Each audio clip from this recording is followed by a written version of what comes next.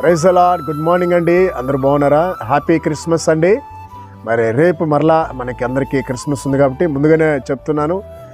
అలాగే మీ కుటుంబం కొరకు, మీ పిల్లల కొరకు అనుదినం నేను ప్రార్థన చేస్తున్నాను.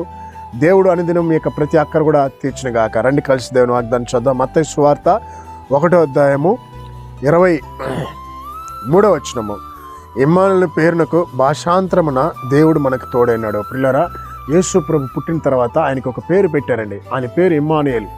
ఇమ్మానుయేలు అనే పేరునికి దేవుడు మనకి తోడుగా ఉన్నాడు. ప్రియులారా, ఈ రోజుల్లో మనుషులు మనకెంతో మంది మనతో కూడా ఉంటానని చెప్పిన వారు కష్టాలు గుండా వెళ్తున్నప్పుడు మనకు దూరం అయిపోతుంటారు.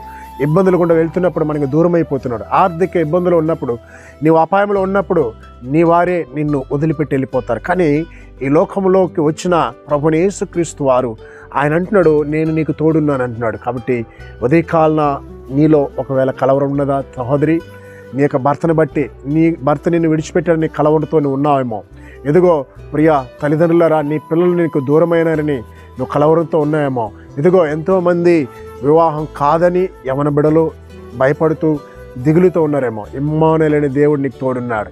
ఖచ్చితంగా నీ జీవితంలో అద్భుతం చేస్తాడు. కాబట్టి ఈ క్రిస్మస్ దినాల్లో నమ్మండి, ఒకటే చెప్పండి, ఇమ్మానుయేలు అనే దేవా నాలోకి రండి, నాకు నెమ్మదినివ్వండి, నా సమస్యను తీర్చండి, నాకున్న కష్టం నుంచి విడిపించండి చెప్పండి. కాబట్టి ఈ క్రిస్మస్ టైంలో మీ పరిధిలో దేవుని యొక్క ప్రేమని ఇతరులకు పంచండి.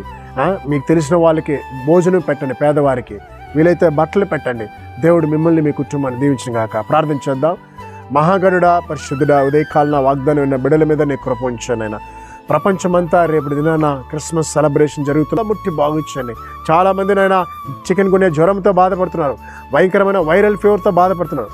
వారికి యేసు నావల ముట్టి బాగుంచని ప్రార్థిస్తున్నాను. సమాధానం లేని వారికి సమాధానం దయచేయమని ఉదయకాలన ప్రభా ప్రతి ఒక్క బిడ్డలను దీవించమని యేసు నామములో ప్రార్థిస్తున్నాం తండ్రి.